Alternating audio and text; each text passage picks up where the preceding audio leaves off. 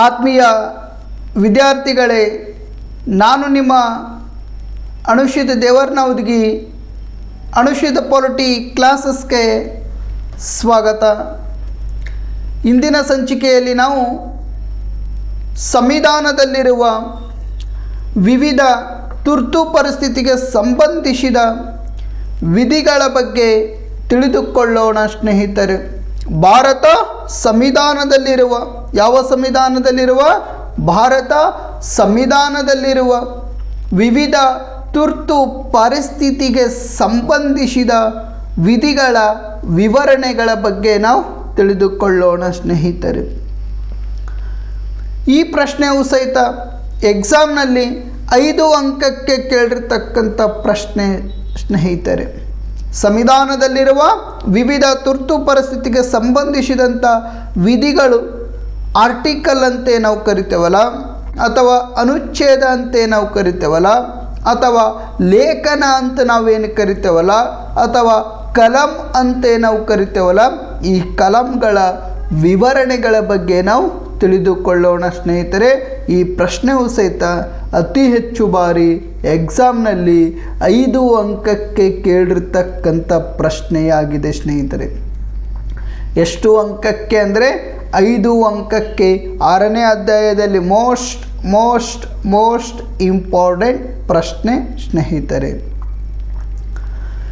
ಈ ತುರ್ತು ಪರಿಸ್ಥಿತಿಗೆ ಸಂಬಂಧಿಸಿದ ಭಾರತ ಸಂವಿಧಾನ ಎಷ್ಟನೇ ಭಾಗದಲ್ಲಿ ಅವಕಾಶವನ್ನು ಒದಗಿಸಿಕೊಡಲಾಗಿದೆಪ್ಪ ಅಂದರೆ ಭಾಗ 18ರಲ್ಲಿ ಅವಕಾಶವನ್ನು ಒದಗಿಸಿಕೊಡಲಾಗಿದೆ ಸ್ನೇಹಿತರೆ.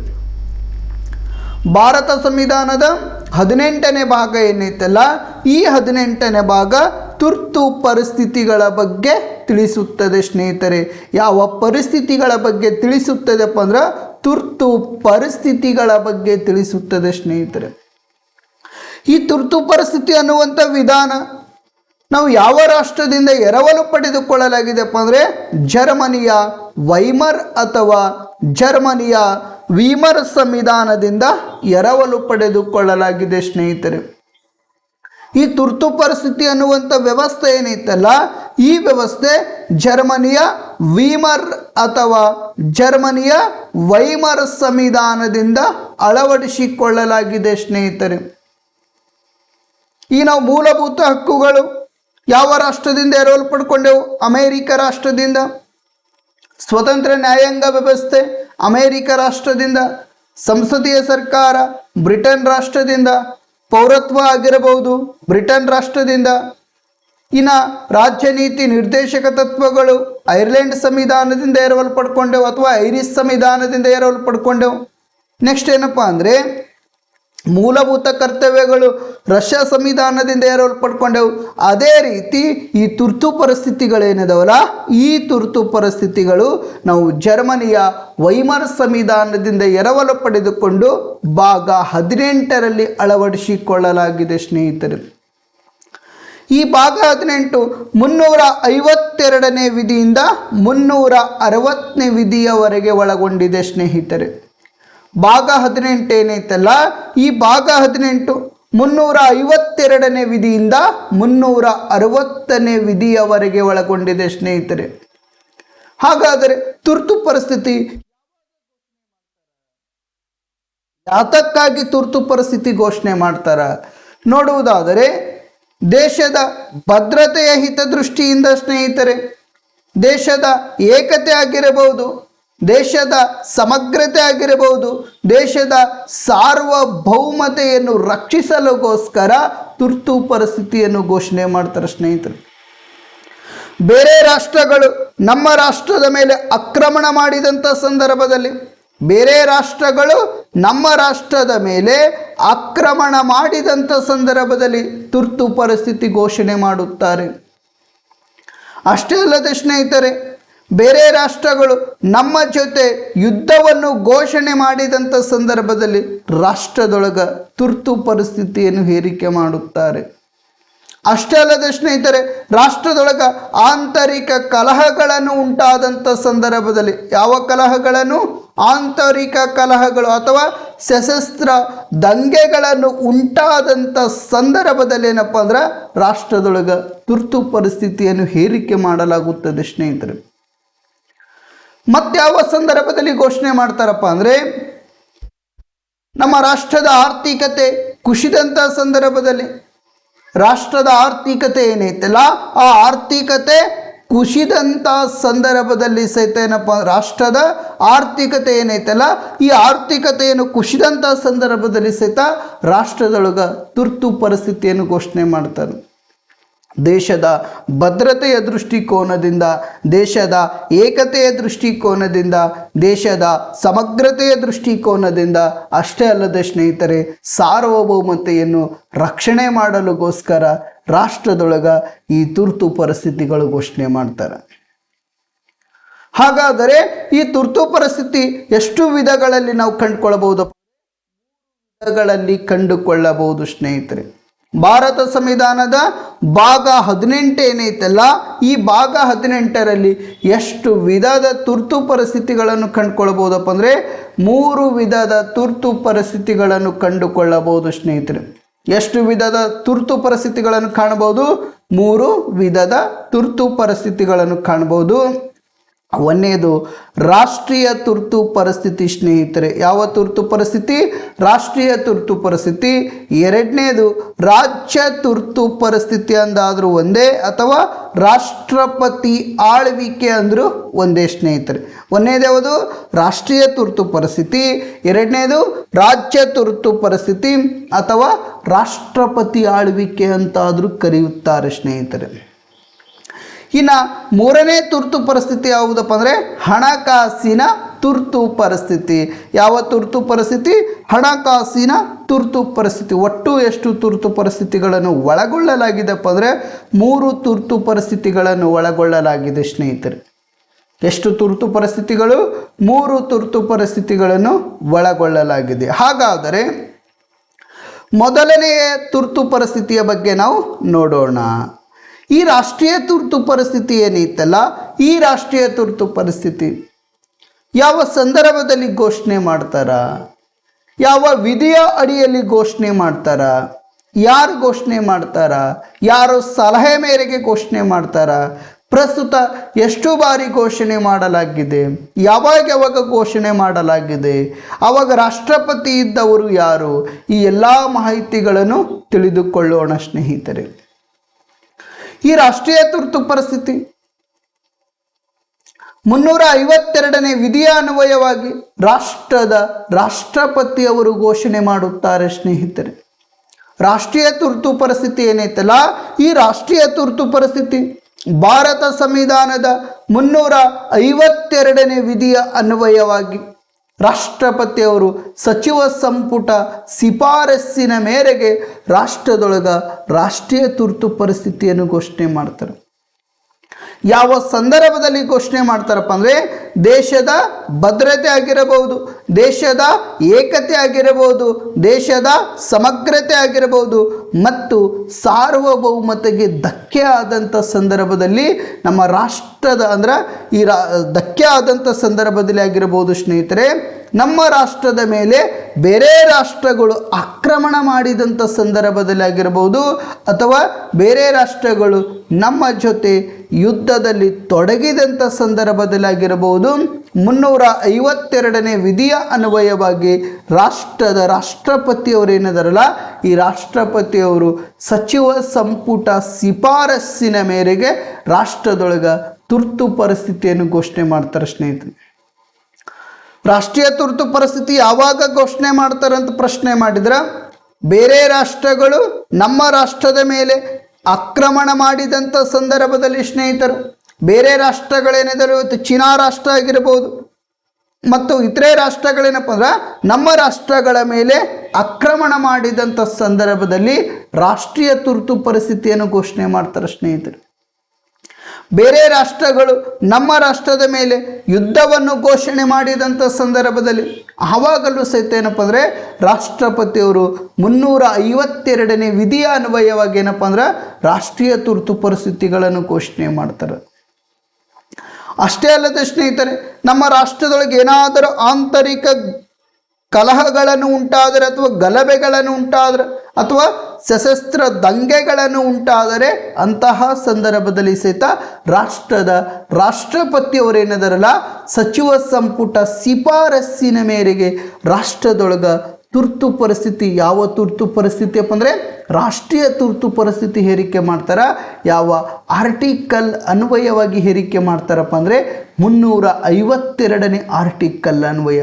ಎಕ್ಸಾಮ್ನಲ್ಲಿ 1 ಅಂಕಕ್ಕೆ ಕೇಳುವಂಥ ಪ್ರಶ್ನೆ ಸ್ನೇಹಿತರೆ. ಒಂದಿಷ್ಟು ಬರೆಯೊಳಗೆ ಹೆಂಗೆ ಕೊಡ್ತಾರೆ, ಒಂದು ಕಡೆಗೆ ರಾಷ್ಟ್ರೀಯ ತುರ್ತು ಪರಿಸ್ಥಿತಿ ಅಂತ ಕೊಡ್ತಾರೆ, ಒಂದು ಕಡೆ ಆರ್ಟಿಕಲ್ ಅಂತ ಕೊಡ್ತಾರೆ. ಆರ್ಟಿಕಲ್ 352 ಕೊಟ್ಟಿರ್ತಾರೆ. ಅಂದ್ರೆ ಈ ರಾಷ್ಟ್ರೀಯ ತುರ್ತು ಪರಿಸ್ಥಿತಿ ಯಾವ ವಿಧಿಯ ಅಡಿಯಲ್ಲಿ ಘೋಷಣೆ ಮಾಡಲಾಗುತ್ತದೆ ಅಂದರೆ 352ನೇ ವಿಧಿಯ ಅನ್ವಯವಾಗಿ. ಹಾಗಾದರೆ ನಮ್ಮ ರಾಷ್ಟ್ರದೊಳಗೆ ಒಟ್ಟು ಎಷ್ಟು ಬಾರಿ ರಾಷ್ಟ್ರೀಯ ತುರ್ತು ಪರಿಸ್ಥಿತಿಯನ್ನು ಹೇರಿಕೆ ಮಾಡಲಾಗಿದೆಪ್ಪ ಅಂದ್ರೆ 3 ಬಾರಿ ರಾಷ್ಟ್ರೀಯ ತುರ್ತು ಪರಿಸ್ಥಿತಿಯನ್ನು ಹೇರಿಕೆ ಮಾಡಲಾಗಿದೆ ಸ್ನೇಹಿತರೆ. ಭಾರತ ರಾಷ್ಟ್ರದೊಳಗೆ ಪ್ರಸ್ತುತ ಅಂದರೆ ಭಾರತ ರಾಷ್ಟ್ರದೊಳಗೆ ಒಟ್ಟು ಎಷ್ಟು ಬಾರಿ ರಾಷ್ಟ್ರೀಯ ತುರ್ತು ಪರಿಸ್ಥಿತಿ ಹೇರಿಕೆ ಮಾಡಲಾಗಿದೆ ಅಂದರೆ 3 ಬಾರಿ ರಾಷ್ಟ್ರೀಯ ತುರ್ತು ಪರಿಸ್ಥಿತಿ ಹೇರಿಕೆ ಮಾಡಲಾಗಿದೆ ಸ್ನೇಹಿತರೆ. ಹಾಗಾದರೆ ಯಾವಾಗ ಹೇರಿಕೆ ಮಾಡಿದ್ರು ನೋಡೋದಾದರೆ 1962ರಲ್ಲಿ ಸ್ನೇಹಿತರೆ, 1962ರಲ್ಲಿ ಚೀನಾ ರಾಷ್ಟ್ರ ನಮ್ಮ ರಾಷ್ಟ್ರದ ಮೇಲೆ ಆಕ್ರಮಣ ಮಾಡಿದಂಥ ಸಂದರ್ಭದಲ್ಲಿ ಸ್ನೇಹಿತರೆ, 1962ರಲ್ಲಿ ಚೀನಾ ರಾಷ್ಟ್ರ ನಮ್ಮ ರಾಷ್ಟ್ರದ ಮೇಲೆ ಆಕ್ರಮಣ ಮಾಡಿದಂಥ ಸಂದರ್ಭದಲ್ಲಿ ಅಂದಿನ ರಾಷ್ಟ್ರಪತಿಯವರಾಗಿರ್ತಕ್ಕಂಥ ರಾಧಾಕೃಷ್ಣನ್ರವ್ರು ಏನಿದಾರಲ್ಲ, ಈ ರಾಧಾಕೃಷ್ಣನ್ರವ್ರು ಏನು ಮಾಡ್ತಾರಪ್ಪ ಅಂದರೆ ರಾಷ್ಟ್ರದೊಳಗೆ ರಾಷ್ಟ್ರೀಯ ತುರ್ತು ಪರಿಸ್ಥಿತಿಯನ್ನು ಹೇರಿಕೆ ಮಾಡ್ತಾರೆ. ಯಾವ ಆರ್ಟಿಕಲ್ ಅನ್ವಯವಾಗಿ ಅಂದರೆ 352ನೇ ಆರ್ಟಿಕಲ್ ಅನ್ವಯವಾಗಿ. ಚೀನಾ ರಾಷ್ಟ್ರ, ಈ ಚೀನಾ ರಾಷ್ಟ್ರ ಏನೈತಲ್ಲ ನಮ್ಮ ಭಾರತದ ಉತ್ತರ ಭಾಗದಲ್ಲಿ, ನಮ್ಮ ಭಾರತ ರಾಷ್ಟ್ರ ಏನೈತಲ್ಲ ಈ ಭಾರತ ರಾಷ್ಟ್ರದ ಉತ್ತರ ಭಾಗದಲ್ಲಿ ಏನಪ್ಪ ಅಂದ್ರೆ ಆಕ್ರಮಣ ಮಾಡಿದಂಥ ಸಂದರ್ಭದೊಳಗೆ ಅಂದಿನ ರಾಷ್ಟ್ರಪತಿ ಆಗಿರ್ತಕ್ಕಂಥ ರಾಧಾಕೃಷ್ಣನ್ರವ್ರು ಏನಿದಾರಲ್ಲ ಇವರು ರಾಷ್ಟ್ರದೊಳಗೆ ರಾಷ್ಟ್ರೀಯ ತುರ್ತು ಪರಿಸ್ಥಿತಿಯನ್ನು ಹೇರಿಕೆ ಮಾಡ್ತಾರೆ ಸ್ನೇಹಿತರೆ.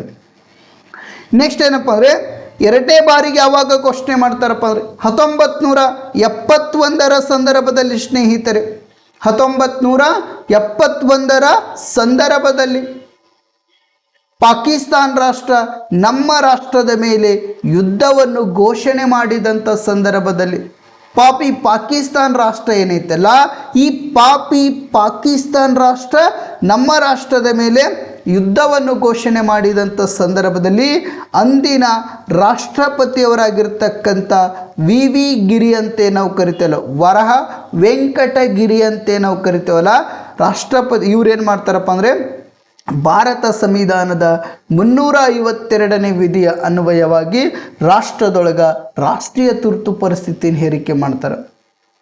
ರಾಷ್ಟ್ರದೊಳಗೆ ರಾಷ್ಟ್ರೀಯ ತುರ್ತು ಪರಿಸ್ಥಿತಿಯನ್ನು ಹೇರಿಕೆ ಮಾಡಲಾಗುತ್ತದೆ. ಇನ್ನು 3ನೇದು ಯಾವಾಗಪ್ಪ ಅಂದರೆ 1975ರಲ್ಲಿ ಸ್ನೇಹಿತರೆ, 1975ರಲ್ಲಿ ಇಂದಿರಾ ಗಾಂಧಿಯವರ ಅಲಹಾಬಾದ್ ಹೈಕೋರ್ಟ್ನ ಸಮ್ಮಿಶ್ರ ಸರ್ಕಾರ ಯಾವ ರೀತಿ ಬೆಳವಣಿಗೆ ಆಯ್ತಂತ ಹೇಳಿದ್ದು ನಾನು. ಸಮ್ಮಿಶ್ರ ಸರ್ಕಾರ ಬೆಳವಣಿಗೆ ಆದಂಥ ಸಂದರ್ಭದಲ್ಲಿ ಇಂದಿರಾ ಗಾಂಧಿಯವರು ಯಾವ ರೀತಿ ಅವರು ಸ್ಥಾನವನ್ನು ಅಸಿಂಧುಗೊಳಿಸಿದ್ರು, ಯಾವಾಗ ಅಸಿಂಧುಗೊಳಿಸಿದ್ರು ಅಂತೇನಪ್ಪ ಅಂದರೆ ಹಳೆಯ ವಿಡಿಯೋದಲ್ಲಿ ನಾನು ಈಗಾಗಲೇ ಹೇಳಿದ್ದೇನೆ, ಕೇಳ್ರಿ.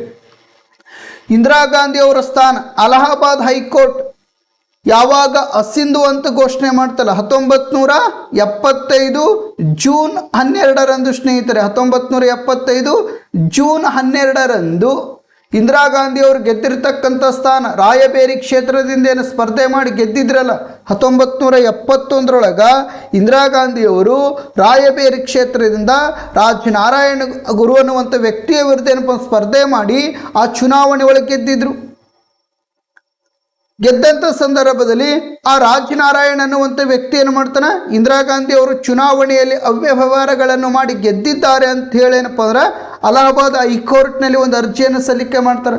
ಅಲಹಾಬಾದ್ ಹೈಕೋರ್ಟ್ 1975 ಜೂನ್ 12ರಂದು ಇಂದಿರಾ ಗಾಂಧಿ ಅವರು ಗೆದ್ದಿರ್ತಕ್ಕಂಥ ಸ್ಥಾನವನ್ನು ಅಸಿಂಧುಗೊಳಿಸ್ತಾರೆ ಸ್ನೇಹಿತರೆ. ಯಾವಾಗ ಇಂದಿರಾ ಗಾಂಧಿಯವರು ಗೆದ್ದಿರ್ತಕ್ಕಂಥ ಸ್ಥಾನ ಅಸಿಂಧುಗೊಳಿಸಲಾಯಿತೋ ಆವಾಗ ಇಂದಿರಾ ಗಾಂಧಿಯವರ ವಿರುದ್ಧ ಏನಪ್ಪ ಅಂದರೆ ರಾಷ್ಟ್ರಾದ್ಯಂತ ಹೋರಾಟಗಳನ್ನು ಆರಂಭವಾದವು ಸ್ನೇಹಿತರೆ. ಬಾಬು ಜಗಜೀವನ್ ರಾವ್ರವರ ನೇತೃತ್ವದಲ್ಲಿ ಆಗಿರಬಹುದು ಸ್ನೇಹಿತರೆ, ಜಯಪ್ರಕಾಶ್ ನಾರಾಯಣ್ ರವರಾಗಿರಬಹುದು ಸ್ನೇಹಿತರೆ, ಲೋಕನಾಯಕರಾಗಿರ್ತಕ್ಕಂಥ ಜಯಪ್ರಕಾಶ್ ನಾರಾಯಣ್ ರವರು ಏನಿದಾರಲ್ಲ, ಇವತ್ತು ರಾಮಕೃಷ್ಣ ಹೆಗ್ಡೆ ಅವರಾಗಿರಬಹುದು, ಫರ್ನಾಂಡೀಸ್ ಅವರಾಗಿರಬಹುದು, ಇನ್ನಿತರೆ ಮತ್ತು ನಮ್ಮ ಅಟಲ್ ಬಿಹಾರಿ ವಾಜಪೇಯಿ ಅವರಾಗಿರಬಹುದು ಸ್ನೇಹಿತರೆ, LK ಅಡ್ವಾಣಿ ಅವರಾಗಿರಬಹುದು. ಇವರೆಲ್ಲ ನೇತೃತ್ವದಲ್ಲಿ ಏನಪ್ಪ ಅಂದರೆ ಇಡೀ ರಾಷ್ಟ್ರಾದ್ಯಂತ ಹೋರಾಟಗಳ ಆರಂಭವಾದವು, ಚಳುವಳಿಗಳ ಆರಂಭವಾದವು. ಅಷ್ಟೇ ಅಲ್ಲದೆ ಸ್ನೇಹಿತರೆ, ಇಡೀ ಸರ್ಕಾರದ ಆಸ್ತಿ ಪಾಸ್ತಿಗಳು ನಾಶವಾಗಲು ಆರಂಭವಾದವು ಸ್ನೇಹಿತರೆ. ಆ ಸಂದರ್ಭದಲ್ಲಿ ಇಂದಿರಾ ಗಾಂಧಿಯವರು ಏನು ಮಾಡ್ತಾರೆ ಅಂದರೆ 1975ರಲ್ಲಿ ಏನಪ್ಪ ಅಂದರೆ ಜೂನ್ 23ರಂದು 1975 ಜೂನ್ 23ರಂದು ಈ ಕ್ಲಾಸ್ನಾಗ ಇದನ್ನು ಆಮೇಲೆ ಮಾಡ್ತೇನೆ. ಹಲೋ ಕೇಳಿ, 1975 ಜೂನ್ 23ರಂದು ಅಂದಿನ ರಾಷ್ಟ್ರಪತಿ ಆಗಿರ್ತಕ್ಕಂಥ ಫಕ್ರುದ್ದೀನ್ ಅಲಿ ಅಹ್ಮದ್ ಸ್ನೇಹಿತರೆ, ಫಕ್ರುದ್ದೀನ್ ಅಲಿ ಅಹ್ಮದ್ ರವ್ರು ಏನಿದಾರಲ್ಲ, ಈ ಅಲಿ ಅಹ್ಮದ್ ರವ್ರು ಏನು ಮಾಡ್ತಾರಪ್ಪ ಅಂದರೆ ಇಂದಿರಾ ಗಾಂಧಿ ಅವರ ಸಲಹೆ ಮೇರೆಗೆ 1975 ಜೂನ್ 23ರಂದು ರಾಷ್ಟ್ರದೊಳಗೆ ಆಂತರಿಕ ತುರ್ತು ಪರಿಸ್ಥಿತಿಯನ್ನು ಘೋಷಣೆ ಮಾಡ್ತಾರೆ ಸ್ನೇಹಿತರೆ. 1962ರಲ್ಲಿ 1962ರೊಳಗೆ ರಾಷ್ಟ್ರೀಯ ತುರ್ತು ಪರಿಸ್ಥಿತಿ ಹೇರಿಕೆ ಆದಂಥ ಸಂದರ್ಭದಲ್ಲಿ ಅವಾಗ ರಾಷ್ಟ್ರಪತಿ ಯಾರಾಗಿದ್ದರು? ರಾಧಾಕೃಷ್ಣನ್ ರವರು. 1971ರ ಸಂದರ್ಭದಲ್ಲಿ ವರಹ ವೆಂಕಟಗಿರಿ ಅವರು ರಾಷ್ಟ್ರಪತಿ ಆಗಿದ್ದರು. 1975ರ ಸಂದರ್ಭದಲ್ಲಿ ಫಕ್ರುದ್ದೀನ್ ಅಲಿ ಅಹ್ಮದ್ ರವರು ಏನಿದಾರಲ್ಲ, ಇವರೇನಪ್ಪ ಅಂದ್ರೆ ರಾಷ್ಟ್ರಪತಿಯಾಗಿ ಕಾರ್ಯನಿರ್ವಹಣೆ ಮಾಡುತ್ತಿದ್ದರು ಸ್ನೇಹಿತರೆ. ಅರ್ಥ ಆಯ್ತಾ? ಒಟ್ಟು ಎಷ್ಟು ಬಾರಿ ರಾಷ್ಟ್ರೀಯ ತುರ್ತು ಪರಿಸ್ಥಿತಿ ಹೇರಿಕೆ ಮಾಡ್ಯಾರ? 3 ಬಾರಿ. ಒಂದನೇದು ಯಾವಾಗ? 1962. ಎರಡನೇ ಬಾರಿ ಯಾವಾಗ? 1971. ಇವೆರಡು ಏನದವಲ್ಲ 1962, 71 ಬಾಹ್ಯ ತುರ್ತು ಪರಿಸ್ಥಿತಿಗಳು. ಯಾವ ತುರ್ತು ಪರಿಸ್ಥಿತಿಗಳು? ಬಾಹ್ಯ ತುರ್ತು ಪರಿಸ್ಥಿತಿಗಳು. ಇದು 75 ಏನೈತಲ್ಲ, ಇದು ಆಂತರಿಕ ತುರ್ತು ಪರಿಸ್ಥಿತಿ ಅಥವಾ ಸಶಸ್ತ್ರ ದಂಗೆ ಅಂತಾದರೂ ಕರಿಬಹುದು ಸ್ನೇಹಿತರೆ. ಕೇಳಿ, 1962ರಲ್ಲಿ ಚೀನಾ ರಾಷ್ಟ್ರ ಆಕ್ರಮಣ ಮಾಡಿದಾಗ ರಾಷ್ಟ್ರೀಯ ತುರ್ತು ಪರಿಸ್ಥಿತಿ ಘೋಷಣೆ ಮಾಡಿತು. 1971ರೊಳಗೆ ಪಾಕಿಸ್ತಾನ ರಾಷ್ಟ್ರ ಯುದ್ಧವನ್ನು ಘೋಷಣೆ ಮಾಡಿದಾಗ ಆವಾಗ ರಾಷ್ಟ್ರೀಯ ತುರ್ತು ಪರಿಸ್ಥಿತಿ ಹೇರಿಕೆ ಮಾಡಲಾಯಿತು. 1975ರೊಳಗೆ ಆಂತರಿಕ ಆಧಾರದ ಮೇಲೆ ಏನಪ್ಪ ಅಂದ್ರೆ ರಾಷ್ಟ್ರದೊಳಗೆ ರಾಷ್ಟ್ರೀಯ ತುರ್ತು ಪರಿಸ್ಥಿತಿಯನ್ನು ಘೋಷಣೆ ಮಾಡಲಾಯಿತು ಸ್ನೇಹಿತರೆ. ನೆಕ್ಸ್ಟ್ ಏನಪ್ಪ ಅಂದರೆ ಈ ರಾಷ್ಟ್ರೀಯ ತುರ್ತು ಪರಿಸ್ಥಿತಿ ಘೋಷಣೆ ಆದಂಥ ಸಂದರ್ಭದಲ್ಲಿ ಅಥವಾ ಜಾರಿಯಲ್ಲಿದ್ದಂಥ ಸಂದರ್ಭದಲ್ಲಿ 358ನೇ ವಿಧಿಯ ಅನ್ವಯ 19ನೇ ವಿಧಿಯ ಅಡಿಯಲ್ಲಿ ಬರ್ತಕ್ಕಂಥ 6 ಸ್ವಾತಂತ್ರ್ಯದ ಹಕ್ಕುಗಳೇನಿದಾವಲ್ಲ ರದ್ದುಪಡಿಸಲಾಗಿದೆ ಸ್ನೇಹಿತರೆ. ರಾಷ್ಟ್ರೀಯ ತುರ್ತು ಪರಿಸ್ಥಿತಿ ಘೋಷಣೆ ಮಾಡಿದಂಥ ಸಂದರ್ಭದೊಳಗೆ ಭಾರತ ಸಂವಿಧಾನದ 358ನೇ ವಿಧಿಯ ಅನ್ವಯವಾಗಿ 19ನೇ ವಿಧಿಯ ಅಡಿಯಲ್ಲಿ ಬರ್ತಕ್ಕಂಥ 6 ಸ್ವಾತಂತ್ರ್ಯದ ಹಕ್ಕುಗಳು ಸ್ನೇಹಿತರೆ. ಅಂದ್ರೆ 6 ಸ್ವಾತಂತ್ರ್ಯದ ಹಕ್ಕುಗಳು ಯಾವಪ್ಪ ಅಂದರೆ ವಾಕ್ ಮತ್ತು ಅಭಿವ್ಯಕ್ತಿ ಸ್ವಾತಂತ್ರ್ಯ ಅಂತ ನಾವು ನೋಡ್ಕೊಳ್ತೇವೆ. ಅಷ್ಟೇ ಅಲ್ಲದೆ ಸ್ನೇಹಿತರೆ, ಶಾಂತಿಯುತವಾಗಿ ಸಭೆ ಸೇರುವ ಸ್ವಾತಂತ್ರ್ಯ ಅಂತ ನಾವು ನೋಡ್ಕೊಳ್ತೇವೆ. ಅಷ್ಟೇ ಅಲ್ಲದೆ ಸ್ನೇಹಿತರೆ, ಸಂಘ ಸಂಸ್ಥೆಗಳನ್ನು ಸ್ಥಾಪನೆ ಮಾಡಿಕೊಳ್ಳುವಂಥ ಸ್ವಾತಂತ್ರ್ಯ, ವಾಕ್ ಮತ್ತು ಅಭಿವ್ಯಕ್ತಿ ಸ್ವಾತಂತ್ರ್ಯ, ಶಾಂತಿಯುತವಾಗಿ ಸಭೆ ಸೇರುವ ಸ್ವಾತಂತ್ರ್ಯ, ಇನ್ನು ಸಂಘ ಸಂಸ್ಥೆಗಳನ್ನು ಸ್ಥಾಪನೆ ಮಾಡಿಕೊಳ್ಳುವಂಥ ಸ್ವಾತಂತ್ರ್ಯ, ಇನ್ನು ದೇಶಾದ್ಯಂತ ಸಂಚರಿಸುವ ಸ್ವಾತಂತ್ರ್ಯ. ದೇಶಾದ್ಯಂತ ಏನಪ್ಪ ಅಂದ್ರೆ ಸಂಚರಿಸುವ ಸ್ವಾತಂತ್ರ್ಯ. ಅಷ್ಟೇ ಅಲ್ಲದೆ ಸ್ನೇಹಿತರೆ, ನೆಕ್ಸ್ಟ್ ಏನಪ್ಪ ಅಂದ್ರೆ ವಾಸಿಸುವ ಸ್ವಾತಂತ್ರ್ಯ ಅಂತ ಬರ್ತೈತಿ. ವಾಸಿಸುವ ಸ್ವಾತಂತ್ರ್ಯ ಆಗಿರ್ಬೋದು. ಆಸ್ತಿ ಹಕ್ಕಿತ್ತೇನಪ್ಪ ಅಂದ್ರೆ ಅದು ಏನಾಗೈತಿ, ಈಗ ರದ್ದುಪಡಿಸಲಾಗಿದೆ ಸ್ನೇಹಿತರೆ. ಆಸ್ತಿ ಹಕ್ಕೇನೈತಲ್ಲ, ಈಗ ಮಾತನಾಡೋದು, ನೆಕ್ಸ್ಟ್ ಮಾತಾಡಿ ಏನು ಮಾಡೋದು, ಶಾಂತಿಯುತವಾಗಿ ಸಭೆ ಸೇರೋದು. ಸಭೆ ಸೇರುವಂಥ ಸ್ವಾತಂತ್ರ್ಯ ಆಗ ನೆಕ್ಸ್ಟ್ ಸಂಘ ಸಂಸ್ಥೆಗಳನ್ನು ಸ್ಥಾಪನೆ ಮಾಡಿ, ಆ ಸಂಘ ಸಂಸ್ಥೆಗಳನ್ನು ಸ್ಥಾಪನೆ ಮಾಡಿ ದೇಶಾದ್ಯಂತ ಸಂಚರಿಸುವ ಸ್ವಾತಂತ್ರ್ಯ. ದೇಶಾದ್ಯಂತ ಸಂಚರಿಸುವ ಸ್ವಾತಂತ್ರ್ಯ ಆದ ಬಳಿಕ ನೆಕ್ಸ್ಟ್ ಏನಪ್ಪ ಅಂದ್ರೆ ವಾಸಿಸುವ ಸ್ವಾತಂತ್ರ್ಯ. ಆಸ್ತಿ ಹಕ್ಕಿತ್ತು, ಪ್ರಸ್ತುತ ಏನಾಗೈತಿ ಈಗ ರದ್ದುಪಡಿಸ್ಯಾರ. ನೆಕ್ಸ್ಟ್ ಏನಪ್ಪ ಅಂದ್ರೆ ಉದ್ಯೋಗದ ಸ್ವಾತಂತ್ರ್ಯ ಅಂತ ಐತಿ. ಯಾವ ಸ್ವಾತಂತ್ರ್ಯ? ಉದ್ಯೋಗದ ಸ್ವಾತಂತ್ರ್ಯ ಅಂತ ಐತಿ ಸ್ನೇಹಿತರೆ. ಇಲ್ಲೇನಪ್ಪ ಅಂದರೆ ಇಲ್ಲೇನೈತಲ್ಲ ಈ 58ನೇ ಅಂದರೆ 358ನೇ ವಿಧಿಯ ಅನ್ವಯವಾಗಿ ಅಂದರೆ ರಾಷ್ಟ್ರದೊಳಗೆ ರಾಷ್ಟ್ರೀಯ ತುರ್ತು ಪರಿಸ್ಥಿತಿ ಘೋಷಣೆ ಏನಾಗಿರ್ತಲ್ಲ ಆ ಸಂದರ್ಭದೊಳಗೆ 358ನೇ ವಿಧಿಯ ಅನ್ವಯ 19 ಅಡಿಯಲ್ಲಿ ಬರ್ತಕ್ಕಂಥ ಈ 6 ಸ್ವಾತಂತ್ರ್ಯದ ಹಕ್ಕುಗಳು, ಈ ಆಸ್ತಿ ಹಕ್ಕು ಏನಾಗೈತಿ ಪ್ರಸ್ತುತ ಡಿಲೀಟ್ ಆಗೈತಿ, ಈಗ ತೆಗೆದುಹಾಕ್ಯಾರ. ಈಗ ವಾಕ್ ಮತ್ತು ಅಭಿವ್ಯಕ್ತಿ ಸ್ವಾತಂತ್ರ್ಯ, ಶಾಂತಿಯುತವಾಗಿ ಸಭೆ ಸೇರುವ ಸ್ವಾತಂತ್ರ್ಯ, ಸಂಘ ಸಂಸ್ಥೆಗಳನ್ನು ಸ್ಥಾಪನೆ ಮಾಡುವ ಸ್ವಾತಂತ್ರ್ಯ, ದೇಶಾದ್ಯಂತ ಸಂಚರಿಸುವ ಸ್ವಾತಂತ್ರ್ಯ, ವಾಸಿಸುವ ಸ್ವಾತಂತ್ರ್ಯ ಮತ್ತು ಉದ್ಯೋಗವನ್ನು ಹೊಂದುವಂಥ ಸ್ವಾತಂತ್ರ್ಯ ಏನೈತಲ್ಲ ಈ 6 ಸ್ವಾತಂತ್ರ್ಯದ ಹಕ್ಕುಗಳೇನಿದಾವಲ್ಲ ರದ್ದಾಗಿ ಹೋಗುತ್ತವೆ ಸ್ನೇಹಿತರೆ. ಯಾವ ಸಂದರ್ಭದಲ್ಲಪ್ಪ ಅಂದರೆ ರಾಷ್ಟ್ರೀಯ ತುರ್ತು ಪರಿಸ್ಥಿತಿ ಘೋಷಣೆ ಆದಂಥ ಸಂದರ್ಭದಲ್ಲಿ ಯಾವ ಆರ್ಟಿಕಲ್ ಅನ್ವಯವಾಗಿ ರದ್ದುಪಡಿಸಲಾಗುತ್ತದೆ ಅಂದರೆ 358ನೇ ವಿಧಿಯ ಅನ್ವಯವಾಗಿ ಯಾವ ವಿಧಿಯ ಅಡಿಯಲ್ಲಿ ಬರ್ತಕ್ಕಂಥ ಸ್ವಾತಂತ್ರ್ಯದ ಹಕ್ಕುಗಳಂತ ಪ್ರಶ್ನೆ ಮಾಡಿದರೆ 19ನೇ ವಿಧಿಯ ಅಡಿಯಲ್ಲಿ ಬರ್ತಕ್ಕಂಥ 6 ಸ್ವಾತಂತ್ರ್ಯದ ಹಕ್ಕುಗಳೇನಿದಾವಲ್ಲ ಈ 6 ಸ್ವಾತಂತ್ರ್ಯದ ಹಕ್ಕುಗಳನ್ನು ರದ್ದುಪಡಿಸಲಾಗುತ್ತದೆ ಸ್ನೇಹಿತರೆ. ನೆಕ್ಸ್ಟ್ 359ನೇ ವಿಧಿಯ ಅನ್ವಯ 20ನೇ ವಿಧಿ ಮತ್ತು 21ನೇ ವಿಧಿ ಏನೈತಲ್ಲ ಈ ವಿಧಿಗಳನ್ನು ಹೊರತುಪಡಿಸಿ 20 ಮತ್ತು 21ನೇ ವಿಧಿಗಳನ್ನು ಹೊರತುಪಡಿಸಿ ಉಳಿದೆಲ್ಲ ಮೂಲಭೂತ ಹಕ್ಕುಗಳು ರದ್ದಾಗಿ ಹೋಗುತ್ತವೆ ಸ್ನೇಹಿತರೆ. 359ನೇ ವಿಧಿಯ ಅನ್ವಯವಾಗಿ 20ನೇ ವಿಧಿ ಏನು ಹೇಳ್ತಾ ಅಪರಾಧಿಗಳಿಗೆ ರಕ್ಷಣೆ ಒದಗಿಸಿಕೊಡ್ತೈತಿ. ಅಪರಾಧ ಮಾಡಿರ್ತಕ್ಕಂಥ ವ್ಯಕ್ತಿಗಳಿಗೇನಪ್ಪ ಅಂದ್ರೆ ಅಪರಾಧ ಮಾಡಿರ್ತಕ್ಕಂಥ ವ್ಯಕ್ತಿಗಳಿಗೇನಪ್ಪ ಆತನಿಗೆ ರಕ್ಷಣೆ ಒದಗಿಸಿಕೊಡುವುದು. ನೆಕ್ಸ್ಟ್ 21ನೇ ವಿಧಿ ಜೀವಿಸುವ ಹಕ್ಕಿಗೆ ಅವಕಾಶವನ್ನು ಒದಗಿಸಿಕೊಡಲಾಗುವುದು ಸ್ನೇಹಿತರೆ. ಪ್ರತಿಯೊಬ್ಬ ನಾಗರಿಕ ಜೀವಿಸುವ ಹಕ್ಕು ಒದಗಿಸಿಕೊಡಲಾಗಿದೆ. ಈ 2 ವಿಧಿಗಳೇನಿದಾವಲ್ಲ 20 ಮತ್ತು 21ನೇ ವಿಧಿಗಳೇನಿದಾವಲ್ಲ ಈ 2 ವಿಧಿಗಳನ್ನು ಹೊರತುಪಡಿಸಿ ಉಳಿದೆಲ್ಲ ಮೂಲಭೂತ ಹಕ್ಕುಗಳೇನಾಗ್ತವೆ ಅಂದರೆ ರದ್ದಾಗಿ ಹೋಗುತ್ತವೆ ಸ್ನೇಹಿತರೆ.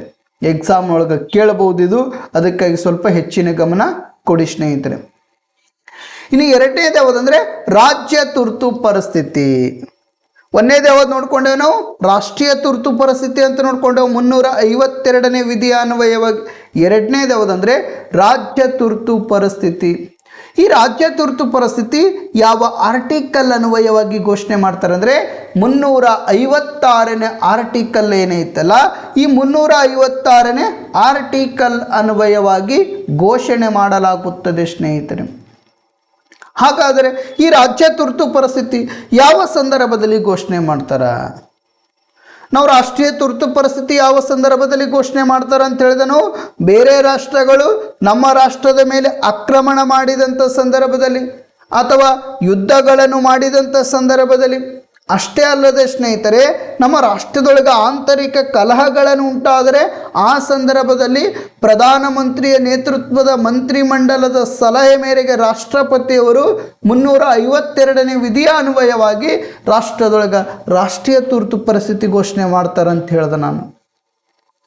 ಹಾಗಾದರೆ ರಾಜ್ಯ ತುರ್ತು ಪರಿಸ್ಥಿತಿ ಯಾವ ಸಂದರ್ಭದಲ್ಲಿ ಘೋಷಣೆ ಮಾಡ್ತಾರ, ಯಾವ ಆರ್ಟಿಕಲ್ ಅನ್ವಯವಾಗಿ ಘೋಷಣೆ ಮಾಡ್ತಾರ, ಯಾರ ವರದಿಯನ್ನು ಆಧರಿಸಿ ಘೋಷಣೆ ಮಾಡ್ತಾರ ನೋಡುವುದಾದರೆ ರಾಜ್ಯದೊಳಗ ಸಂವಿಧಾನಾತ್ಮಕ ಪರಿಸ್ಥಿತಿ ಏನೈತಲ್ಲ ಹದಗೆಟ್ಟಿದಂಥ ಸಂದರ್ಭದೊಳಗೆ ಸ್ನೇಹಿತರೆ ರಾಜ್ಯ ಸರ್ಕಾರ ಸಂವಿಧಾನವನ್ನು ಮೀರಿ ವರ್ತಿಸಿದಂಥ ಸಂದರ್ಭದಲ್ಲಿ ಸ್ನೇಹಿತರೆ ರಾಜ್ಯ ಸರ್ಕಾರ ಏನೈತಲ್ಲ ಈ ರಾಜ್ಯ ಸರ್ಕಾರ ಸಂವಿಧಾನ ಮೀರಿ ವರ್ತಿಸಿದಾಗ ಆಡಳಿತ ವ್ಯವಸ್ಥೆ ಕುಸಿದಂಥ ಸಂದರ್ಭದಲ್ಲಿ ಸ್ನೇಹಿತರೆ ಅಷ್ಟೇ ಅಲ್ಲದೆ ಸರ್ಕಾರ ರಚನೆ ಮಾಡುವುದಕ್ಕೆ ಯಾವುದೇ ರಾಜಕೀಯ ಪಕ್ಷಗಳಿಗೆ ಸ್ಪಷ್ಟವಾದಂಥ ಬಹುಮತ ಇರದೇ ಹೋದಂಥ ಸಂದರ್ಭದೊಳಗೆ ರಾಷ್ಟ್ರದೊಳಗೆ ರಾಜ್ಯಪಾಲರ ವರದಿಯನ್ನಾಧರಿಸಿ ಯಾರ ವರದಿಯನ್ನಾಧರಿಸಿ ರಾಜ್ಯಪಾಲರ ವರದಿಯನ್ನಾಧರಿಸಿ ರಾಷ್ಟ್ರದೊಳಗೆ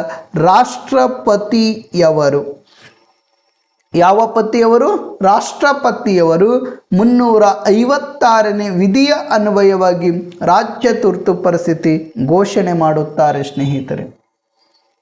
ಯಾವ ಸಂದರ್ಭದಲ್ಲಪ್ಪ ಅಂದ್ರೆ ರಾಜ್ಯದಲ್ಲಿ ಸಂವಿಧಾನಾತ್ಮಕ ವ್ಯವಸ್ಥೆ ಏನಿತ್ತಲ್ಲ ಹದಗೆಟ್ಟಿದಂಥ ಸಂದರ್ಭದೊಳಗು, ಅರಾಜಕತೆಯನ್ನು ಸೃಷ್ಟಿ ಆದಂಥ ಸಂದರ್ಭದಲ್ಲಿ, ಅಷ್ಟೇ ಅಲ್ಲದೆ ಸಂವಿಧಾನ ಮೀರಿ ವರ್ತಿಸಿದಂಥ ಸಂದರ್ಭದಲ್ಲಿ, ಸರ್ಕಾರಗಳು ಸಂವಿಧಾನವನ್ನು ಮೀರಿ ವರ್ತಿಸಿದಂಥ ಸಂದರ್ಭದಲ್ಲಿ, ಆಡಳಿತ ವ್ಯವಸ್ಥೆ ಕುಸಿದಂಥ ಸಂದರ್ಭದಲ್ಲಿ, ಯಾವುದೇ ಪಕ್ಷಕ್ಕೆ ಸ್ಪಷ್ಟವಾದಂಥ ಬಹುಮತವನ್ನು ಇಲ್ಲದೆ ಹೋದಂಥ ಸಂದರ್ಭದಲ್ಲಿ ಏನಪ್ಪ ಅಂದ್ರೆ, ಯಾವುದೇ ಪಕ್ಷಗಳು ಸಮ್ಮಿಶ್ರ ಸರ್ಕಾರ, ಈಗ ಒಂದು ಪಕ್ಷ ಸ್ಪಷ್ಟವಾದಂಥ ಬಹುಮತ ಬಂತಪ್ಪ ಅಂದ್ರೆ ಸರ್ಕಾರ ರಚನೆ ಮಾಡ್ಕೊಳ್ತೈತಿ.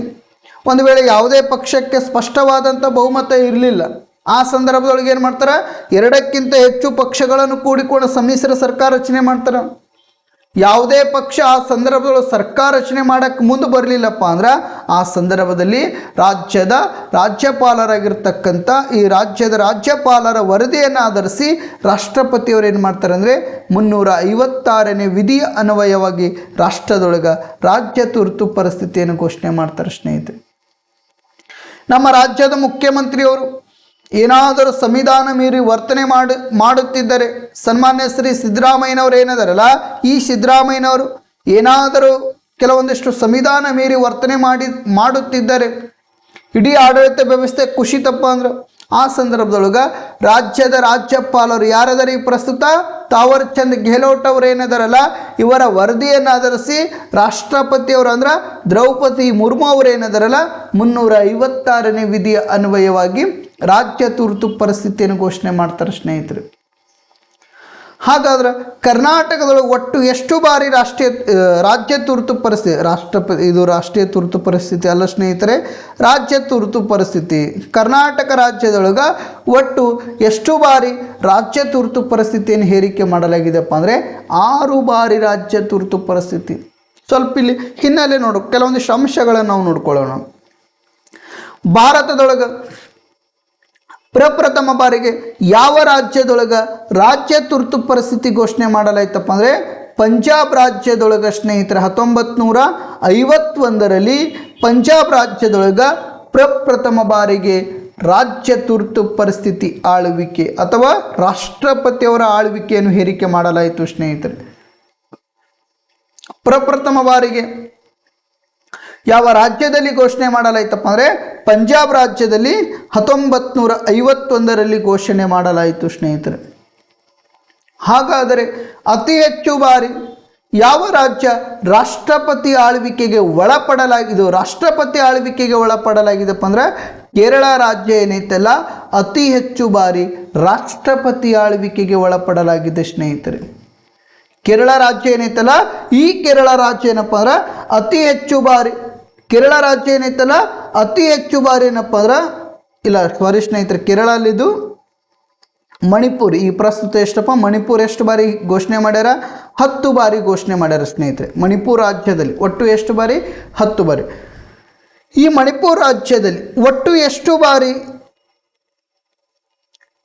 ರಾಷ್ಟ್ರಪತಿ ಆಳ್ವಿಕೆಯನ್ನು ಘೋಷಣೆ ಮಾಡಲಾಗಿದೆಪ್ಪ ಅಂದ್ರೆ 10 ಬಾರಿ ರಾಷ್ಟ್ರಪತಿ ಆಳ್ವಿಕೆಯನ್ನು ಘೋಷಣೆ ಮಾಡಲಾಗಿದೆ. ಸ್ನೇಹಿತರೆ, ಅತಿ ಹೆಚ್ಚು ರಾಷ್ಟ್ರದೊಳಗೆ ಯಾವ ರಾಜ್ಯ ರಾಷ್ಟ್ರಪತಿ ಆಳ್ವಿಕೆಗೆ ಒಳಪಡಲಾಗಿದೆಪ್ಪ ಅಂದರೆ ಮಣಿಪುರ ರಾಜ್ಯ ಏನೈತಲ್ಲ, ಅತಿ ಹೆಚ್ಚು ಬಾರಿ ರಾಷ್ಟ್ರಪತಿ ಆಳ್ವಿಕೆಗೆ ಒಳಪಡಲಾಗಿದೆ. ಸ್ನೇಹಿತರೆ, ಅಷ್ಟೇ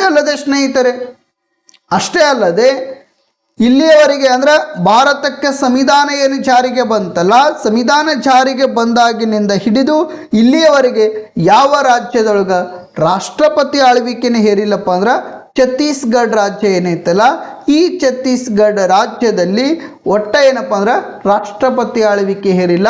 ಮತ್ತು ತೆಲಂಗಾಣ ರಾಜ್ಯ ಏನೈತಲ್ಲ, ಈ ತೆಲಂಗಾಣ ರಾಜ್ಯದಲ್ಲಿ ಸಹಿತ ಏನಪ್ಪ ಅಂದ್ರೆ ರಾಷ್ಟ್ರಪತಿ ಆಳ್ವಿಕೆ ಹೇರಿಲ್ಲ. ಎಕ್ಸಾಮ್ನಾಗ ಕೇಳ್ತಾರೆ, ತೆಲಂಗಾಣ ರಾಜ್ಯ ಯಾವ ರಾಜ್ಯದಿಂದ ವಿಭಜನೆ ಆಯಿತು? ಆಂಧ್ರ ಪ್ರದೇಶ ರಾಜ್ಯದಿಂದ ವಿಭಜನೆ ಆಯಿತು. ಯಾವಾಗ ವಿಭಜನೆ ಆಯಿತು? 2014 ಜೂನ್ 2ರಂದು ವಿಭಜನೆ ಆಯಿತು. ಸ್ನೇಹಿತರೆ, ಇದು ಮೊದಲನೇ ಅಧ್ಯಾಯದೊಳಗೆ ಅತಿ ಹೆಚ್ಚು ಬಾರಿ 1 ಅಂಕಕ್ಕೆ ಕೇಳಿರ್ತಕ್ಕಂಥ ಪ್ರಶ್ನೆ. ಆಂಧ್ರ ಪ್ರದೇಶ ರಾಜ್ಯದಿಂದ ಯಾವ ರಾಜ್ಯ ರಚನೆ ಮಾಡಲಾಯಿತು ಅಂತ ಪ್ರಶ್ನೆ ಮಾಡಿದರೆ ತೆಲಂಗಾಣ ರಾಜ್ಯ. ಯಾವಾಗ ರಚನೆ ಮಾಡಲಾಯಿತು? 2014 ಜೂನ್ 12ರಂದು ರಚನೆ ಮಾಡಲಾಯಿತು. ಸ್ನೇಹಿತರೆ, ಕೇಳ್ರಿ, ವಿಷಯಕ್ಕೆ ಬಂದ್ಬಿಡೋಣ. ಇಲ್ಲೇನಪ್ಪ ಅಂದ್ರೆ ಒಟ್ಟ ಅಂದ್ರೆ ಏನಪ್ಪ ಅಂದರೆ ಯಾವ ರಾಜ್ಯದ ಮೇಲೆ ಒಂದು ಬಾರಿನೂ ರಾಜ್ಯ ತುರ್ತು ಪರಿಸ್ಥಿತಿ ಹೇರಿಕೆ ಮಾಡಿಲ್ಲಪ್ಪ ಅಂದ್ರೆ ಛತ್ತೀಸ್ಗಢ ಮತ್ತು ತೆಲಂಗಾಣ ರಾಜ್ಯದ ಮೇಲೆ. ಕರ್ನಾಟಕದಲ್ಲಿ ಒಟ್ಟು ಎಷ್ಟು ಬಾರಿ ರಾಜ್ಯ ತುರ್ತು ಪರಿಸ್ಥಿತಿ ಹೇರಿಕೆ ಮಾಡಲಾಗಿದೆಪ್ಪ ಅಂದ್ರೆ 6 ಬಾರಿ ರಾಜ್ಯ ತುರ್ತು ಪರಿಸ್ಥಿತಿ ಹೇರಿಕೆ ಮಾಡಲಾಗಿದೆ ಸ್ನೇಹಿತರೆ. 1971ರಲ್ಲಿ ಅಂದಿನ ಮುಖ್ಯಮಂತ್ರಿ ಆಗಿರ್ತಕ್ಕಂಥ ವೀರೇಂದ್ರ ಪಾಟೀಲ್ರವರು ಸ್ನೇಹಿತರೆ, ಯಾವ ಪಾಟೀಲ್ರವರು? ವೀರೇಂದ್ರ ಪಾಟೀಲ್ರವರು ಏನಿದ್ದಾರಲ್ಲ ಇವರು ನಮ್ಮ ಕಲಬುರಗಿ ಜಿಲ್ಲೆಯವರು ಸ್ನೇಹಿತರೆ. ಇವರು ನಮ್ಮ ಕಲಬುರಗಿ ಜಿಲ್ಲೆಯವರು. ಇವರು ಯಾರು? ವೀರೇಂದ್ರ ಪಾಟೀಲ್ರವರು. ಈ ವೀರೇಂದ್ರ ಪಾಟೀಲ್ರವರು ಮುಖ್ಯಮಂತ್ರಿ ಆದಂಥ ಸಂದರ್ಭದಲ್ಲಿ ಅಂದರೆ 1971ರಲ್ಲಿ ಪ್ರಪ್ರಥಮ ಬಾರಿಗೆ ನಮ್ಮ ಕರ್ನಾಟಕ ರಾಜ್ಯದಲ್ಲಿ ರಾಜ್ಯ ತುರ್ತು ಪರಿಸ್ಥಿತಿಯನ್ನು ಹೇರಿಕೆ ಮಾಡ್ತಾರೆ. ಯಾವ ಆರ್ಟಿಕಲ್ ಅನ್ವಯವಾಗಿಪ್ಪ ಅಂದರೆ 356ನೇ ಆರ್ಟಿಕಲ್ ಅನ್ವಯವಾಗಿ. ಅಂದಿನ ರಾಜ್ಯಪಾಲರ ವರದಿಯನ್ನು ಆಧರಿಸಿ ರಾಷ್ಟ್ರಪತಿಯವರೇನಿದಾರಲ್ಲ 356ನೇ ವಿಧಿಯ ಅನ್ವಯವಾಗಿ ಪ್ರಪ್ರಥಮ ಬಾರಿಗೆ 1971ರಲ್ಲಿ ವೀರೇಂದ್ರ ಪಾಟೀಲ್ರವರು ಮುಖ್ಯಮಂತ್ರಿ ಇದ್ದಂಥ ಸಂದರ್ಭದೊಳಗೇನಪ್ಪ ಅಂದ್ರೆ ಕರ್ನಾಟಕ ರಾಜ್ಯದೊಳಗೆ ರಾಜ್ಯ ತುರ್ತು ಪರಿಸ್ಥಿತಿ ಅಥವಾ ರಾಷ್ಟ್ರಪತಿ ಆಳ್ವಿಕೆಯನ್ನು ಹೇರಿಕೆ ಮಾಡಲಾಗುತ್ತದೆ ಸ್ನೇಹಿತರೆ. ಇಲ್ಲೇನಪ್ಪ ಅಂದರೆ ಈ ರಾಷ್ಟ್ರಪತಿ ಆಳ್ವಿಕೆ ಇದ್ದಂಥ ಸಂದರ್ಭದೊಳಗೆ ರಾಜ್ಯಕ್ಕೆ ಸಂಬಂಧಪಟ್ಟಿರ್ತಕ್ಕಂಥ ಕೆಲವೊಂದಿಷ್ಟು ಮಸೂದೆಗಳನ್ನು ಅವುಗಳಿಗೆ ಅಂಕಿತ ಹಾಕಬೇಕಾದ್ರೆ ಅಥವಾ ಹಣಕಾಸಿನ ಮಸೂದೆಗಳನ್ನು ಒಪ್ಪಿಗೆ ಪಡೆದುಕೊಳ್ಬೇಕಾದ್ರೆ ಅಲ್ಲಿ ಯಾರ ಒಪ್ಪಿಗೆ ಅತಿ ಅವಶ್ಯಕವಾಗಿರುತ್ತಪ್ಪ ಅಂದರೆ ರಾಷ್ಟ್ರಪತಿಯವರ ಒಪ್ಪಿಗೆ ಅತಿ ಅವಶ್ಯಕವಾಗಿರುತ್ತದೆ ಸ್ನೇಹಿತರೆ. ಯಾರ ಒಪ್ಪಿಗೆ ಅತಿ ಅವಶ್ಯಕ? ರಾಷ್ಟ್ರಪತಿಯವರು. ಏನಾದರೂ ಉದಾಹರಣೆ ಕರ್ನಾಟಕ ರಾಜ್ಯದೊಳಗೆ ರಾಷ್ಟ್ರಪತಿ ಆಳ್ವಿಕೆ ಹೇರಿಕೆ ಮಾಡಿದ್ರಪ್ಪ ಅಂದ್ರೆ ಆ ಸಂದರ್ಭದೊಳಗೆ ಕೆಲವೊಂದಿಷ್ಟು ಹಣಕಾಸಿನ ಮಸೂದೆಗಳಿಗೆ ಸಂಬಂಧಪಟ್ಟಿರ್ತಕ್ಕಂಥ ಒಪ್ಪಿಗೆಗಳನ್ನು ನಾವು ಪಡೆದುಕೊಳ್ಬೇಕಾದ್ರೆ ಆ ಸಂದರ್ಭದಲ್ಲಿ ಯಾರ ಒಪ್ಪಿಗೆ ಅತಿ ಅವಶ್ಯಕವಾಗಿರುತ್ತಪ್ಪ ಅಂದರೆ ರಾಷ್ಟ್ರಪತಿಯವರ ಒಪ್ಪಿಗೆ ಅತಿ ಅವಶ್ಯಕವಾಗಿರ್ತೈತಿ. ರಾಜ್ಯ ಸರ್ಕಾರ ಬಳಿ ಏನೇನೂ ಇರೋಂಗಿಲ್ಲ ಆ ಸಂದರ್ಭ. ಎಲ್ಲ ಯಾರ ನಿಯಂತ್ರಣದ ಅಡಿಯಲ್ಲಿರುತ್ತಪ್ಪ ಅಂದರೆ ರಾಷ್ಟ್ರಪತಿಯವರ ನಿಯಂತ್ರಣದ ಅಡಿಯಲ್ಲಿರುತ್ತೆ ಸ್ನೇಹಿತರೆ. ರಾಷ್ಟ್ರಪತಿಯವರ ನಿಯಂತ್ರಣದ ಅಡಿಯಲ್ಲಿ ಏನಪ್ಪ ಅಂದ್ರೆ ರಾಜ್ಯವನ್ನು ಹಿಡಿದಿಟ್ಟುಕೊಳ್ಳುವಂಥ ಪ್ರಯತ್ನ ಮಾಡ್ತಾರೆ. ಯಾವ ಸಂದರ್ಭದಲ್ಲಪ್ಪ ಅಂದರೆ ರಾಜ್ಯ ತುರ್ತು ಪರಿಸ್ಥಿತಿ ಘೋಷಣೆ ಮಾಡಿದಂಥ ಸಂದರ್ಭದಲ್ಲಿ ಸ್ನೇಹಿತರೆ. ಇನ್ನು ಮೂರನೇ ಅಂಶ ಯಾವುದಂದರೆ ಆರ್ಥಿಕ ತುರ್ತು ಪರಿಸ್ಥಿತಿ. ಈ ಆರ್ಥಿಕ ತುರ್ತು ಪರಿಸ್ಥಿತಿ ಯಾವ ಆರ್ಟಿಕಲ್ ಅನ್ವಯವಾಗಿ ಘೋಷಣೆ ಮಾಡ್ತಾರೆ ಅಂದರೆ 360ನೇ ಆರ್ಟಿಕಲ್ ಅನ್ವಯವಾಗಿ. 352 ರಾಷ್ಟ್ರೀಯ ತುರ್ತು ಪರಿಸ್ಥಿತಿ, 356 ರಾಜ್ಯ ತುರ್ತು ಪರಿಸ್ಥಿತಿ ಅಥವಾ ರಾಷ್ಟ್ರಪತಿ ಆಳ್ವಿಕೆ, 360 ಆರ್ಥಿಕ ತುರ್ತು ಪರಿಸ್ಥಿತಿ ಸ್ನೇಹಿತರೆ. ಆರ್ಥಿಕ ತುರ್ತು ಪರಿಸ್ಥಿತಿ ಅಂದರೆ ಒಂದೇ, ಹಣಕಾಸಿನ ತುರ್ತು ಪರಿಸ್ಥಿತಿ ಅಂದರೆ ಒಂದೇ. ಆರ್ಥಿಕ ತುರ್ತು ಪರಿಸ್ಥಿತಿ ಅಂದರೆ ಒಂದೇ, ಹಣಕಾಸಿನ ತುರ್ತು ಪರಿಸ್ಥಿತಿ ಅಂದರೆ ಒಂದೇ. ದೇಶದಲ್ಲಿ ಹಣಕಾಸು ಪರಿಸ್ಥಿತಿ ಕುಸಿದಂಥ ಸಂದರ್ಭದಲ್ಲಿ ದೇಶದೊಳಗೆ ಆರ್ಥಿಕ ವ್ಯವಸ್ಥೆ ಏನೈತಲ್ಲ ಅಥವಾ ಹಣಕಾಸಿನ ವ್ಯವಸ್ಥೆ ಏನೈತಲ್ಲ ಕುಸಿತವಾದಂಥ ಸಂದರ್ಭದಲ್ಲಿ ರಾಷ್ಟ್ರಪತಿಯವರು 360ನೇ ವಿಧಿಯ ಅನ್ವಯವಾಗಿ ಆರ್ಥಿಕ ತುರ್ತು ಪರಿಸ್ಥಿತಿಯನ್ನು ಘೋಷಣೆ ಮಾಡ್ತಾರೆ ಸ್ನೇಹಿತರೆ. ಯಾವ ಸಂದರ್ಭದಲ್ಲಿ ಘೋಷಣೆ ಮಾಡ್ತಾರೆ? ದೇಶದೊಳಗೆ ಹಣಕಾಸಿನ ತುರ್ತು ಪರಿಸ್ಥಿತಿ ಅಂದ್ರೆ ಹಣಕಾಸಿನ ವ್ಯವಸ್ಥೆ ಹದಗೆಟ್ಟಿದಂಥ ಸಂದರ್ಭದೊಳಗೆ, ಹಣಕಾಸಿನ ವ್ಯವಸ್ಥೆ ಕುಸಿದಂಥ ಸಂದರ್ಭದೊಳಗೆ ರಾಷ್ಟ್ರಪತಿಯವರು 360ನೇ ವಿಧಿಯ ಅನ್ವಯವಾಗಿ ಏನಪ್ಪ ಅಂದ್ರೆ ರಾಷ್ಟ್ರದೊಳಗೆ ರಾಷ್ಟ್ರೀಯ ತುರ್ತು ಪರಿಸ್ಥಿತಿಯನ್ನು ಘೋಷಣೆ ಆರ್ಥಿಕ ತುರ್ತು ಪರಿಸ್ಥಿತಿಯನ್ನು ಘೋಷಣೆ ಮಾಡ್ತಾರೆ ಸ್ನೇಹಿತರೆ. ಭಾರತದೊಳಗೆ ಇಲ್ಲಿಯವರೆಗೆ ಏನಪ್ಪ ಅಂದ್ರೆ ಆರ್ಥಿಕ ತುರ್ತು ಪರಿಸ್ಥಿತಿ ಅಥವಾ ಹಣಕಾಸಿನ ತುರ್ತು ಪರಿಸ್ಥಿತಿ ಘೋಷಣೆ ಮಾಡಿಲ್ಲ ಸ್ನೇಹಿತರೆ. ಇಂದಿರಾ ಗಾಂಧಿಯವರೇನು ಪ್ರಧಾನಮಂತ್ರಿ ಇದ್ದಿರಲ್ಲ, ಇಂದಿರಾ ಗಾಂಧಿ ಪ್ರಧಾನಮಂತ್ರಿ ಇದ್ದಂಥ ಸಂದರ್ಭದಲ್ಲಿ ರಾಜ್ಯಗಳ ಮೇಲೆ 48 ಬಾರಿ ರಾಜ್ಯ ತುರ್ತು ಪರಿಸ್ಥಿತಿ ಹೇರಿಕೆ ಮಾಡ್ತಾರಂತ ನೋಡ್ರಿ. 48 ಬಾರಿ ಇಂದಿರಾ ಗಾಂಧಿಯವರೇನು ಪ್ರಧಾನಮಂತ್ರಿ ಇದ್ದಂಥ ಸಂದರ್ಭದಲ್ಲಿ 48 ರಾಜ್ಯಗಳ ಮೇಲೇನಪ್ಪ ಅಂದ್ರೆ ರಾಷ್ಟ್ರಪತಿ ಆಳ್ವಿಕೆಯನ್ನು ಹೇರಿಕೆ ಮಾಡ್ತಾರೆ. ವಿಚಾರ ಮಾಡ್ಕೊಳ್ಳಿ. ಹಣಕಾಸಿನ ತುರ್ತು ಪರಿಸ್ಥಿತಿ ಏನಪ್ಪ ಅಂದ್ರೆ ಇಲ್ಲಿಯವರೆಗೆ ಅಸ್ತಿತ್ವಕ್ಕೆ ಬಂದಿಲ್ಲ, ಅಂದರೆ ಜಾರಿಗೆ ಆಗಿಲ್ಲ ಸ್ನೇಹಿತರೆ. ಇರಲಿ, ಇಂದಿನ ಸಂಚಿಕೆಯನ್ನು ನಾನು ಇಲ್ಲಿಗೆ ಮುಕ್ತಾಯಗೊಳಿಸುತ್ತಿದ್ದೇನೆ. ಎಲ್ಲ ನನ್ನ ಆತ್ಮೀಯ ವಿದ್ಯಾರ್ಥಿಗಳಿಗೆ ಶುಭವಾಗಲಿ ಸ್ನೇಹಿತರೆ.